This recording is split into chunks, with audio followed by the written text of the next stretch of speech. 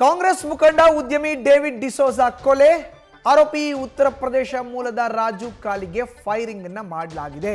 ಉಡುಪಿ ಗಡಿ ಭಾಗದ ಬೈಂದೂರಿನ ಒತ್ತಿನಾಣೆ ಪ್ರದೇಶದಲ್ಲಿ ಆಗಿರುವಂತಹ ಘಟನೆ ಇದು. ಉದ್ಯಮಿ ಕಾಂಗ್ರೆಸ್ ಮುಖಂಡ ಡಿಸೋಜಾ ಕೊಲೆ ಪ್ರಕರಣದಲ್ಲಿ ಆರೋಪಿ ಉತ್ತರ ಪ್ರದೇಶ ಮೂಲದ ರಾಜು ಕಾಲಿಗೆ ಈಗ ಫೈರಿಂಗ್ ಅನ್ನು ಮಾಡಲಾಗಿದೆ. ಉಡುಪಿ ಗಡಿ ಭಾಗದ ಬೈಂದೂರಿನ ಒತ್ತಿನಾಣೆ ಪ್ರದೇಶದಲ್ಲಿ ಈ ಘಟನೆ ಆಗಿದೆ. ಡೇವಿಡ್ ಕೊಲೆ ಮಾಡಿದ್ದು 3 ಆರೋಪಿಗಳು ಬೈಂದೂರಿನಲ್ಲಿ ಪತ್ತೆಯಾಗಿದ್ರು. ಪೊಲೀಸರಿಂದ ದಾಳಿ ಮಾಡಲಾಗಿದೆ. ಈ ವೇಳೆ 2 ಆರೋಪಿಗಳು ಪರಾರಿಯಾಗಿದ್ದಾರೆ. ಪೊಲೀಸರ ಮೇಲೆ 9mm ಪಿಸ್ತೂಲ್ನಿಂದ ಆರೋಪಿಗಳಿಂದ ದಾಳಿ ಮಾಡಲಾಗಿತ್ತು.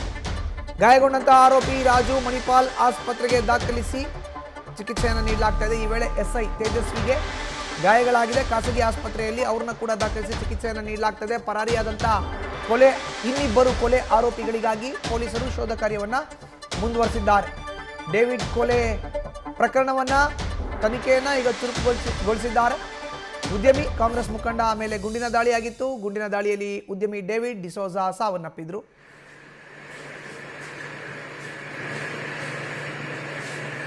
ಮುದರಂಗಡಿ ಗ್ರಾಮ ಪಂಚಾಯಿತಿ ಮಾಜಿ ಅಧ್ಯಕ್ಷ ಡೇವಿಡ್ ಡಿಸೋಜಾ ಉಡುಪಿಯ ಬೈಂದೂರು ಒತ್ತಿನಾಣೆಯಲ್ಲಿ ಪತ್ತೆಯಾಗಿದ್ರು ಆರೋಪಿಗಳು.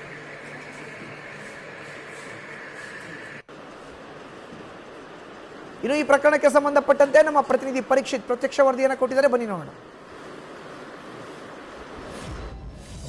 ಶಿರೋದ ಮುದರಂಗಡಿಯಲ್ಲಿ ಏನು ನಿನ್ನೆ ಶೂಟೌಟ್ ಆಗಿತ್ತು, ಆ ಶೂಟೌಟ್ ಪ್ರಕರಣದಲ್ಲಿ ಡೇವಿಡ್ ಡಿಸೋಜಾ ಮೃತಪಟ್ಟಿದ್ರು. ಏನು ಘಟನೆ ನಡೆದು 9 ಗಂಟೆಯಲ್ಲೇ ಏನು ಆರೋಪಿಯನ್ನು ಹೆಡೆಮುಡಿ ಕಟ್ಟಿದ್ದಾರೆ. ಅವರ ಬಲಗಾಲಿಗೆ ಗುಂಡೇಟನ್ನು ಹೊಡೆದು ಅವರನ್ನು ವಶಕ್ಕೆ ಪಡೆಯುವ ಕೆಲಸವನ್ನು ಪೊಲೀಸರು ಮಾಡಿದ್ದಾರೆ. ಪೊಲೀಸರು ಆರೋಪಿಯನ್ನು ಬಂಧಿಸುವಲ್ಲಿ ಯಶಸ್ವಿಯಾಗಿರುವಂಥದ್ದು. ಇನ್ನು 2 ಆರೋಪಿಗಳಿಗಾಗಿ ಈಗ ಪೊಲೀಸರು ಬಲೆ ಬೀಸಿರುವಂಥದ್ದು. ಯಾಕಂದರೆ ಒಟ್ಟು 3 ಆರೋಪಿಗಳು ಏನು ಕೃತ್ಯದಲ್ಲಿ ಪಾಲ್ಗೊಂಡಿದ್ದರು. ನೋಡ್ತಾ ಇರ್ಬೋದು ಆ ಘಟನಾ ಸ್ಥಳದಲ್ಲಿದ್ದೇನೆ. ಇದು ಬೈಂದೂರು ತಾಲೂಕಿನಲ್ಲಿ ಬರುವಂತಹ ಗಡಿಭಾಗ, ಉಡುಪಿ ಜಿಲ್ಲೆಯ ಗಡಿಭಾಗ ಅಂತ ಹೇಳ್ಬೋದು. ಒತ್ತಿನೆಣೆ ಪ್ರದೇಶ.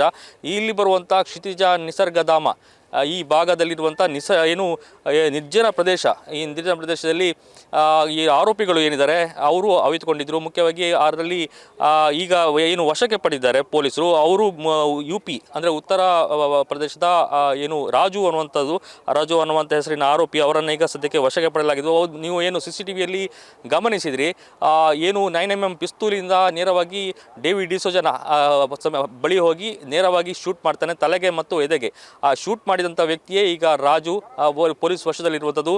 ಸದ್ಯಕ್ಕೆ ಅವರ ಕಾಲಿಗೆ ಗುಂಡೇಟು ಬಿದ್ದಿರುವಂಥದ್ದು. ಆ ಕಾಲಿಗೆ ಗುಂಡೇಟು ಬೀಳಕ್ಕೆ ಮುಖ್ಯ ಕಾರಣ ಅವರನ್ನು ವಶಕ್ಕೆ ಪಡೆದು ಸಂದರ್ಭದಲ್ಲಿ ಅವರ ಏನು ಅಟ್ಯಾಕ್ ಮಾಡ್ತಾರೆ ಆರೋಪಿ, ಏನು ಪೊಲೀಸರ ಮೇಲೆ ಅಟ್ಯಾಕ್ ಮಾಡ್ತಾರೆ. ಮುಖ್ಯವಾಗಿ SI ತೇಜಸ್ವಿ ಏನು ಕಾಪು SI ಏನು ತೇಜಸ್ವಿ ಇದ್ದಾರೆ ಅವರ ಮೇಲೆ ಅಟ್ಯಾಕ್ ಮಾಡ್ತಾರೆ. ಅವರು ಏನು ಡಿಫೆನ್ಸ್ಗಾಗಿ ಅವರು ಮತ್ತೆ ಅವರ ಕಾಲಿಗೆ ಏನು ಫೈರನ್ನು ಮಾಡ್ತಾರೆ.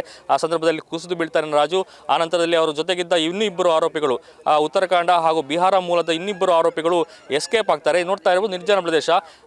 ಬಹಳಷ್ಟು ಈ ಭಾಗದಲ್ಲಿ ಜನರು ಯಾರು ಕೂಡ ಓಡಾಟ ನಡೆಸುವುದಿಲ್ಲ. ಈ ಸಂದರ್ಭದಲ್ಲಿ ಇಲ್ಲಿ ಅವಿತುಕೊಂಡಿರುವಂಥದ್ದು ಮಾಹಿತಿ ಸಿಗುತ್ತೆ. ಯಾಕಂದರೆ ಏನು ಘಟನೆ ನಡೆದ ಬಳಿಕ ಬಹಳಷ್ಟು ಒತ್ತಡ ಇರುತ್ತೆ. ಆ ಸಂದರ್ಭದಲ್ಲಿ ಏನು ಆರೋಪಿಗಳು ಫೈರನ್ನು ಮಾಡ್ತಾರೆ ಮತ್ತು CCTVಯಲ್ಲಿ ಮುಖ ಚೆಹರೆ ಕ್ಲಿಯರ್ ಕಟ್ಟಾಗಿ ಗೊತ್ತಿರುತ್ತೆ. ಹೀಗಾಗಿ ಆರೋಪಿಯನ್ನು ಬೆನ್ನತ್ತಲಿಕ್ಕೆ 2 ತಂಡಗಳನ್ನು ಪೊಲೀಸರು ಮಾಡ್ತಾರೆ. ಆ ಪೊಲೀಸರು ಮಾಡಿದ ಸಂದರ್ಭದಲ್ಲಿ CCTVಯನ್ನು ಏನು ಟೋಲ್ ಗೇಟ್ ಇರ್ಬೋದು, ಬೇರೆ ಬೇರೆ CCTVಯನ್ನು ಪರಿಶೀಲನೆ ಮಾಡ್ತಾ ಹೋದ ಸಂದರ್ಭದಲ್ಲಿ ಈ ಭಾಗದಲ್ಲಿ ಅವಿತುಕೊಂಡಿರುವಂಥ ಒಂದು ಸಾಧ್ಯತೆ ಇರುವಂಥ ಹಿನ್ನೆಲೆಯಲ್ಲಿ ಅವರನ್ನು ಈ ಭಾಗಕ್ಕೆ ಬಂದು ಪೊಲೀಸರು ಅವರನ್ನು ಈ ಹುಡುಕಾಟ ನಡೆಸ್ತಾರೆ. ಆ ಸಂದರ್ಭದಲ್ಲಿ ಈ 3 ಆರೋಪಿಗಳು ಇಲ್ಲಿ ಅಡಗಿರುವಂಥದ್ದು ಗೊತ್ತಾಗುತ್ತೆ. ಆ ಸಂದರ್ಭದಲ್ಲಿ ಅವರು ಹಿಡಿಲಿಕ್ಕೆ ಪ್ರಯತ್ನ ಮಾಡೋದ್ರಲ್ಲಿ ಅಟ್ಯಾಕ್ ಮಾಡ್ತಾರೆ. ಆ ಸಂದರ್ಭದಲ್ಲಿ ಫೈರನ್ನು ಮಾಡಿರುವಂಥದ್ದು. ಆ ಸಂದರ್ಭದಲ್ಲಿ ಏನು 9mm ಪಿಸ್ತೂಲ್ ಏನಿದೆ ಮತ್ತು ಆತ ತಂದಿದ್ದಂತಹ ಒಂದು ಬ್ಯಾಗ್ ಕೂಡ ಅಲ್ಲೇ ಇರುವಂಥದ್ದು. ಸದ್ಯ ಆರೋಪಿಯನ್ನು ವಶಕ್ಕೆ ಪಡೆದಿರುವಂಥದ್ದು. ಸದ್ಯ ಉಡುಪಿ ಜಿಲ್ಲೆಯನ್ನೇ ಬೆಚ್ಚಿ ಬೀಳಿಸುವಂಥ ಪ್ರಕರಣ ಇದು. 2ನೇ ಪ್ರಕರಣ. ಒಂದು ವಾರದ ಹಿಂದೆ ಒಂದು ಶೂಟೌಟ್ ಪ್ರಕರಣ ಆಗಿತ್ತು. ಈಗ ಮತ್ತೊಂದು ಶೂಟೌಟ್ ಪ್ರಕರಣ. ಹೀಗಾಗಿ ಸಾಮಾನ್ಯವಾಗಿ ಒತ್ತಡ ಸರ್ವೇ ಸಾಮಾನ್ಯ ಆಗಿರುವಂಥದ್ದು. ಅದರಲ್ಲೂ ಕೂಡ ಈ ರೀತಿಯಲ್ಲಿ ಹಾಡುವಾಗಲೇ ಅದು ಕೂಡ ಮುದರಂಗಡಿ ಪೇಟೆ, ಅಲ್ಲಿ ಬಹಳಷ್ಟು ಅಂಗಡಿ ಮುಗ್ಗಟ್ಟುಗಳಿರುವಂಥದ್ದು. ಜೊತೆಗೆ ಶಾಲಾ ಮಕ್ಕಳು ಓಡಾಡಿದ ಸಂದರ್ಭದಲ್ಲಿ ಶಾಲಾ ಮಕ್ಕಳು ಇನ್ನು ಮನೆ ತೆರಳುವ ಸಂದರ್ಭದಲ್ಲಿ ಎಲ್ಲರನ್ನ ಇದರಲ್ಲೇ ಈ ರೀತಿಯ ಫೈರಿಂಗ್ ಆಗಿರುವಂಥದ್ದು ಸದ್ಯ ಪೊಲೀಸರಿಗೆ ಒಂದು ರೀತಿಯ ಸವಾಲೇ ಆಗಿ ಎದುರಾಗಿತ್ತು. ಹೀಗಾಗಿ ಆರೋಪಿಯನ್ನು ಪತ್ತೆ ಹಚ್ಚಲೇಬೇಕು ಅನ್ನೋ ನಿಟ್ಟಿನಲ್ಲಿ ಬಹಳಷ್ಟು 2 ತಂಡಗಳ ಮಾಡಿ ಅವಿರತ ಪ್ರಯತ್ನದಿಂದ ಸದ್ಯ ಈ ಆರೋಪಿಗಳನ್ನು ಜಾಡು ಬೀದಿಸಲಿಕ್ಕೆ ಪೊಲೀಸರು ಯಶಸ್ವಿಯಾಗಿರುವಂಥದ್ದು. ಸದ್ಯ ಓರ್ವ ಆರೋಪಿ ಈಗ ಪೊಲೀಸ್ ವಶದಲ್ಲಿದ್ದಾನೆ. ಅವನನ್ನು ಈಗ ಮಣಿಪಾಲ್ ಆಸ್ಪತ್ರೆ ಚಿಕಿತ್ಸೆ ನೀಡಲಾಗ್ತಾ ಇದೆ. ಮತ್ತು ಇಬ್ಬರು ಆರೋಪಿಗಳಿಗೆ ಈಗ ಪೊಲೀಸರು ಪತ್ತೆ ಕಾರ್ಯ ಆರಂಭಿಸಿದ್ದಾರೆ. ಇನ್ನು ಕೆಲವೇ ಗಂಟೆಯಲ್ಲಿ ಅವರು ಕೂಡ ಅರೆಸ್ಟ್ ಆಗ್ಬೋದು. ಸದ್ಯ ಉಡುಪಿ ಜಿಲ್ಲೆಯಲ್ಲಿ ಸದ್ಯ ಈ ಪ್ರಕರಣ ಏನಿದೆ, ಪ್ರಕರಣದಲ್ಲಿ ಡೇವಿಡ್ ಡಿಸೋಜಾ ಮೃತಪಟ್ಟಿರುವಂಥದ್ದು. ಅವರ ಆಸ್ಪತ್ರೆಗೆ ಸಾಗಿಸುವಲ್ಲೇ ಆತ ಮೃತಪಟ್ಟಿರುವಂಥದ್ದು. ಮುಖ್ಯವಾಗಿ ಇದರ ಹಿನ್ನೆಲೆಯನ್ನು ಗಮನಿಸ್ತಾ ಹೋದರೆ ಬಹಳಷ್ಟು ಶಿರುವ ಭಾಗದಲ್ಲಿ ಬಹಳಷ್ಟು ಹೆಸರುವಾಸಿಯಾಗಿದ್ದರು.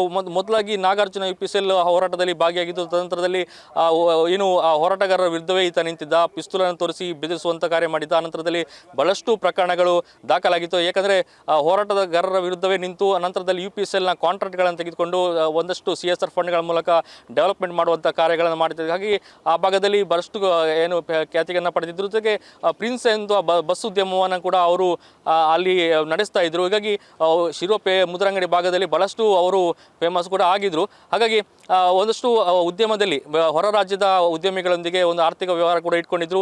ಆ ಹಿನ್ನೆಲೆಯಲ್ಲಿ ಈ ರೀತಿ ಆಗಿರ್ಬೋದಾ ಅನ್ನೋ ನಿಟ್ಟಿನಲ್ಲಿ ಕೂಡ ಈಗ ತನಿಖೆ ನಡೀತಾ ಇದೆ. ಜೊತೆಗೆ ಒಂದಷ್ಟು ಆ UPCLನಲ್ಲಿ ಏನು ಕೆಲಸ ಮಾಡ್ತಾರೆ ಅಲ್ಲಿ ಬಹಳಷ್ಟು UP ಭಾಗದ ಏನು ಕಾರ್ಮಿಕರಿರುವಂಥದ್ದು. ಹಾಗಾಗಿ ಅಲ್ಲೇನಾದರೂ ಈ ರೀತಿಯ ದ್ವೇಷ ಆರಂಭ ಆಯಿತಾ ಅನ್ನೋ ನಿಟ್ಟಿನಲ್ಲಿ ಎಲ್ಲಗಳು ತನಿಖೆ ಆರಂಭ ಆಗ್ತಿದೆ. ಮುಖ್ಯವಾಗಿ SP ಹೇಳೋರ ಪ್ರಕಾರ ಆರ್ಥಿಕ ವ್ಯವಹಾರದಲ್ಲೇ ಮುಖ್ಯವಾಗಿ ಕಾರಣ ಅನ್ನುವಂಥದ್ದು SP ನಿನ್ನೆ ಹೇಳಿದರು. ಹಾಗಾಗಿ ಸದ್ಯ ಈ ಆ್ಯಂಗಲಲ್ಲಿ ಏನು ತನಿಖೆಯನ್ನು ಶುರು ಮಾಡಿರುವಂಥದ್ದು. ಸದ್ಯ ಈ ಡೇವಿಡ್ ಡಿಸೋಜನ ಸಾವು ಸದ್ಯ ಕಾಪು ಭಾಗದಲ್ಲಿ ದೊಡ್ಡ ಶಾಕ್ ಆಗಿ ಹೇಳ್ಬೋದು. ಜೊತೆಗೆ ಈ ರೀತಿಯ ಒಂದು ಆರೋಪಿಯನ್ನು ಕೇವಲ 8-9 ಗಂಟೆಯಲ್ಲಿ ಆರೋಪಿಯನ್ನು ಪತ್ತೆ ಹಚ್ಚಿರುವಂಥದ್ದು. ಸದ್ಯ ಪೊಲೀಸರ ಒಂದು ಪ್ರಯತ್ನಕ್ಕೆ ಯಶಸ್ಸು ಸಿಕ್ಕಿರುವಂಥದ್ದು. ಸದ್ಯ ಇನ್ನಿಬ್ಬರು ಆರೋಪಿಗಳು ಇನ್ನು ಕೆಲವೇ ಗಂಟೆಯಲ್ಲಿ ಸಿಕ್ಕಿಬೀಳುವಂತಹ ಸಾಧ್ಯತೆಗಳು ಇರುವಂಥದ್ದು. ಪರೀಕ್ಷಿತ್ ಶೇಟ್, ನ್ಯೂಸ್ ಫಸ್ಟ್, ಉಡುಪಿ.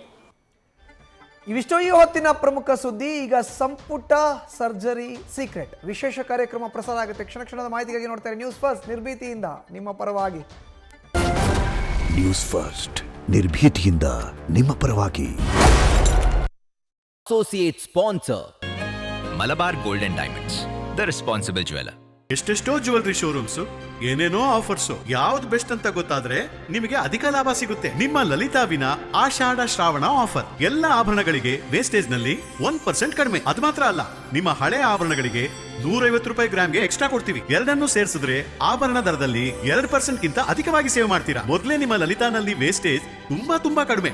ಈಗ ಚಿನ್ನ ಇರೋ ರೇಟ್ಗೆ ನನ್ನ ಪರವಾಗಿ ನಿಮಗೆ ದೊಡ್ಡ ಸೇವಿಂಗ್ಸ್ ಮಾಡ್ಕೊಡ್ತೀನಿ. ಯಾಕಂದ್ರೆ ನಾನ್ ನಿಮ್ಮನ್ನ ನನ್ನ ಕುಟುಂಬದಲ್ಲಿ ಒಬ್ಬರನ್ನಾಗಿ ನೋಡ್ತಿದ್ದೀನಿ.